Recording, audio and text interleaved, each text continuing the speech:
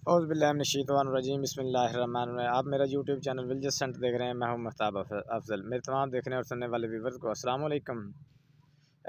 आज मिस्टर गौर का बहुत बड़ा खड़ाक। उन्होंने जो इस वक्त ख़बरें गर्दिश कर रही थी कि नून लीग ने और पीपल पार्टी ने मिलकर गवर्नमेंट बना ली है, इन पर इनकी तरदीद कर दी। उन्होंने कहा है कि पीटीआई के पास 180 नशिस्तों के यानी कि फॉर्म 45 मौजूद हैं, जो कि हमारे पोलिंग एजेंट्स को प्रिजाइडिंग ऑफिसर ने पोलिंग छोड़ने से पहले साइन करके दे दिए थे। थोड़ी देर के बाद उन्होंने कहा कि पेशावर में हम मशावरत के बाद ऐलान करेंगे कि हमने केपी के वफाक और पंजाब में किस तरह गवर्नमेंट बनानी है। ये तो उन्होंने वाज़ेह कर दिया। दूसरी बड़ी खबर जो इमरान खान का जेल से खड़ाक है। इमरान खान ने कहा कि ये जो इधर खबरें चल रही हैं कि इमरान खान ने डील कर ली, कोई डील नहीं हुई। उन्होंने कहा कि मैं मर जाऊँगा, मिट जाऊँगा, लेकिन डील नहीं करूँगा। उन्होंने ये बात वाज़ेह की है कि जो लोग कह रहे हैं कि इमरान खान को अडयाला से बनीगला शिफ्ट किया जाएगा, ये नहीं हो सकता। बल्कि मैं तो नहीं जाऊँगा, बल्कि बुशरा बीबी जो है वो बनीगला से अडयाला जेल आ जाएंगी। ये तो बात उन्होंने वाज़ेह कर दी। दूसरी फैसल वाडा साहब ने एक वाज़ेह बात कर दी है। उन्होंने कहा है कि अगर शहबाज शरीफ साहब हुकूमत बनाते हैं तो 1 से 1.5 साल चलेगी, क्योंकि इस वक्त मुल्क में बहुत ज़्यादा यानी कि 2024 में जून में तकरीबन 24 अरब डॉलर के कर्ज़े जो हम वापस करने हैं, वो कहाँ से देंगे। फैसल वाडा साहब ने यानी कि बहुत हैरत अंगेज़ इंकशाफ किया है। इसके बाद उन्होंने कहा है कि IMF से मामलात करने हैं। ये बात मैं आपको वाज़ेह कर दूँ, इस वक्त अमेरिका और इंडिया कभी भी नून लीग और पीपल पार्टी के साथ जो अपने इंतज़ामी मामला था वो नहीं चलाएँगे, क्योंकि उनको पता चल चुका है कि इस वक्त इमरान खान की जो पॉपुलैरिटी है बहुत अरूज पे है और बहुत ज़्यादा उन्होंने नशिस्तें हासिल की हैं। इधर धांधली से यानी कि उनकी सीटें चुराई गई हैं।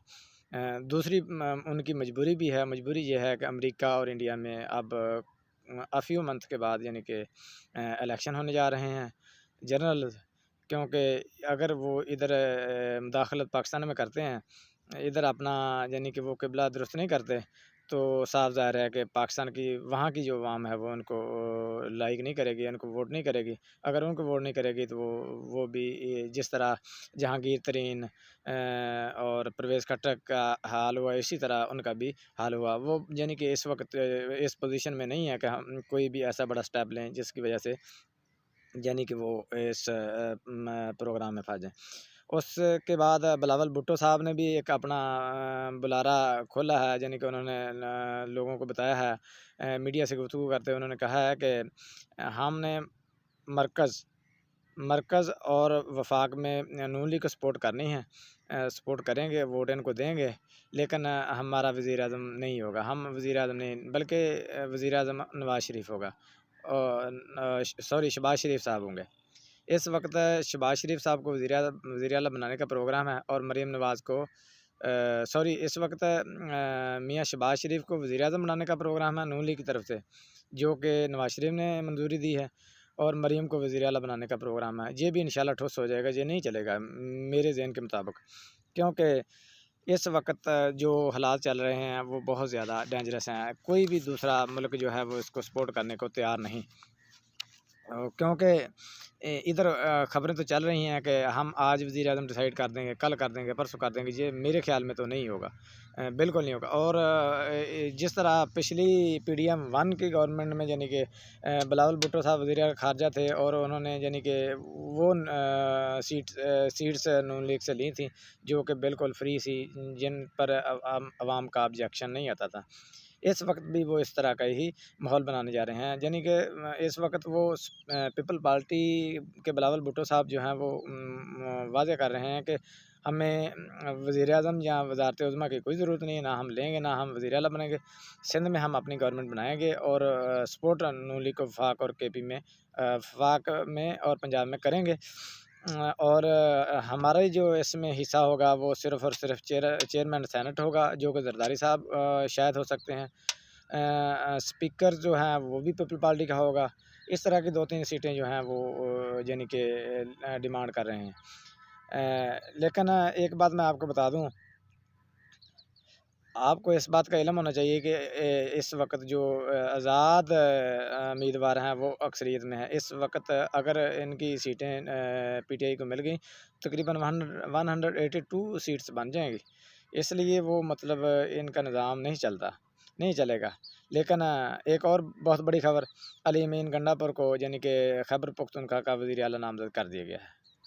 ये क्यों किया गया, किस लिए किया गया? लेकिन क्योंकि इस वक़्त इमरान खान साहब जो हैं वो इस पोजीशन में हैं कि ये जो इधर पीडीएम टोले जो है ना उनको किस तरह नेस्तनाबूद किया जाए और इनको यानी कि इनका हल किया जाए क्योंकि बहुत ज़्यादा ये दलेर और जो जुर्रत रखने वाला आदमी है। और दूसरी तरफ जो शेर अफजल मरवत साहब हैं उनको स्पीकर बनाने का पीटीआई का फ़िलहाल प्रोग्राम है।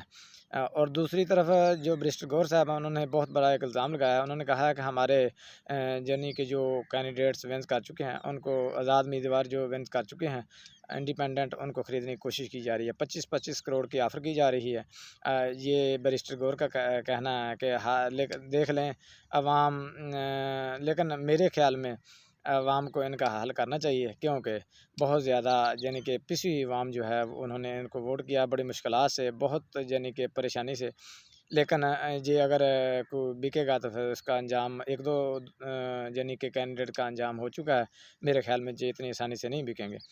और दूसरी तरफ पीपल पार्टी के जो नदीम अफ़ज़ल चंद साहब हैं, उन्होंने इसकी तरदीद कर दी। उन्होंने कहा कि बैरिस्टर गौहर साहब जो फरमा रहे हैं वो हक़ाइक़ पे मबनी नहीं है। क्यों भई? उन्होंने कहा कि कोई भी कैंडिडेट असफ़ ज़रदारी साहब जो इंडिपेंडेंट्स हैं उनको ख़रीदने की कोशिश नहीं कर रहे।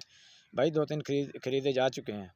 ये तो बात नहीं है। असफ़ ज़रदारी हर मुमकिन कोशिश कर रहा है, लेकिन मेरे ख़्याल में जो वो है वो उनकी यानी कि वो बात नहीं बनेगी।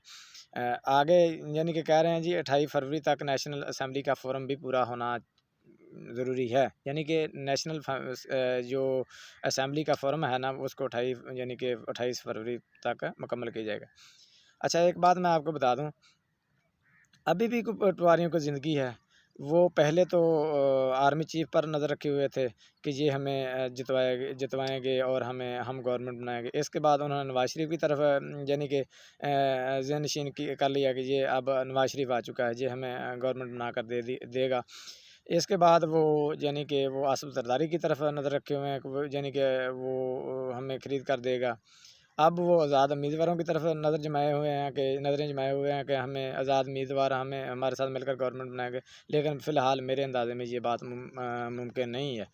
क्योंकि इस वक़्त हर किसी को पता है उधर हम यानी कि ख़ान की हमायत करने पर सिराजुल हक़ और महमूद अचकज़ई और ग़ुलाम हाफ़िज़ जो ग़ुलाम मोहम्मद साहब हैं, उसके बाद हाफ़िज़ नईमुर रहमान, कफ़ातुल्लाह और साद रज़वी जो हैं, वो उनको यानी कि ख़राज तहसीन पेश करते हैं, उनका शुक्रिया अदा करते हैं कि उन्होंने यानी कि इमरान खान की हिमायत की है। एक बात मैं आपको बता दूँ, इतने बड़े अपोज़िट लीडर जो हैं, जो इमरान खान के मुखालिफ थे, अपोज़िट थे, उन्होंने भी इमरान खान की हिमायत का ऐलान कर दिया है। हालाँकि साद रिज़वी का बहुत बड़ा इनके साथ प्रोपेगेंडा था, लेकिन वो भी फ़ेल हो चुका है। आपको पता होना चाहिए जहांगीर तरीन, फैसल वाडा और जो मुख्तलिफ़ यानी कि पिछले अपोज़िशन लीडर जो राजा रियाज़ साहब हैं, उनकी कंडीशन देख लें। ये सब ज़लील हो चुके हैं। बहुत ज़्यादा ज़लील होंगे। इमरान खान तो इंटरनेशनल लेवल पर अप्रोच कर चुका है। बल्कि इस वक़्त तो अमेरिका भी कोशिश कर रहा है कि किसी न किसी तरह यानी कि पाकिस्तान में गवर्नमेंट जो है वो यानी कि इमरान खान की बन जाए, यानी कि प्योर बन जाए और इमरान खान को क्योंकि विन कर चुका है, इनको गवर्नमेंट बना कर दी जाए। लेकिन मेरे ख़्याल में ये पाकिस्तान में इतना यानी कि अभी तक ना ये होता हुआ नज़र नहीं आ रहा है। बाकी अल्लाह बेहतर जानता है। अगली वीडियो तक इजाज़त दीजिए। फ़ी ईमान अल्लाह।